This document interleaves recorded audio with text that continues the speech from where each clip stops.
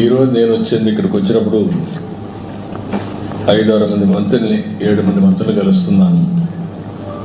ఒకటి ఏదైతే Prahlad Joshini కలిచాము, Andhra Pradesh integrated clean energy policy ఒకటి తీసుకొచ్చాము. ఈ పాలసీ ప్రకారం 72 గిగావాట్ల పవర్ని గ్రీన్ ఎనర్జీ ఉత్పత్తి చేస్తామని చాలా స్పష్టమైన హామీ ఇచ్చాం. ఒరిజినల్గా అయితే 160 గిగావాట్లు ఉత్పత్తి చేయాలని, దేశం మొత్తం 500 గిగావాట్ల non fossil fuel based energy capacity తయారు చేయాలని ఒక లక్ష్యంగా పెట్టుకున్నారు.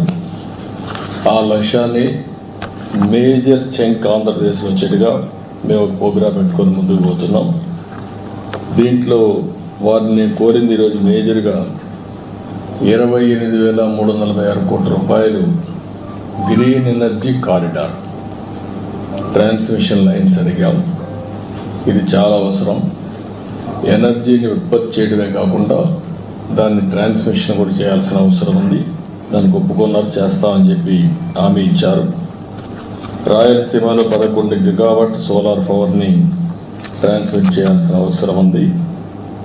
పంప్డ్ ఎనర్జీ కూడా ఒక 7,370 మెగావాట్లని ఇది చేయాల్సిన అవసరం ఉంది. ఈ రెండింటి కూడా వారికి చెప్పిన తర్వాత దాన్ని పాజిటివ్గా తీసుకొని చేస్తా అన్నారు. అదే సమయంలో ఏదైతే సోలార్ రూఫ్ టాప్ సూర్యగారు ఈ కార్యక్రమం కింద ఒక 35 లక్షల కుటుంబాలకి కరెంట్ ఇవ్వాలనుకుంటున్నాం. దాన్ని కూడా క్లియరెన్స్ ఇవ్వమని చెప్పి అడిగాను. ఇది డిమాండ్ డ్రివన్ ప్రోగ్రామ్ కాబట్టి మీరు ఎంత చేసి అంత ఇస్తామని చెప్పారు.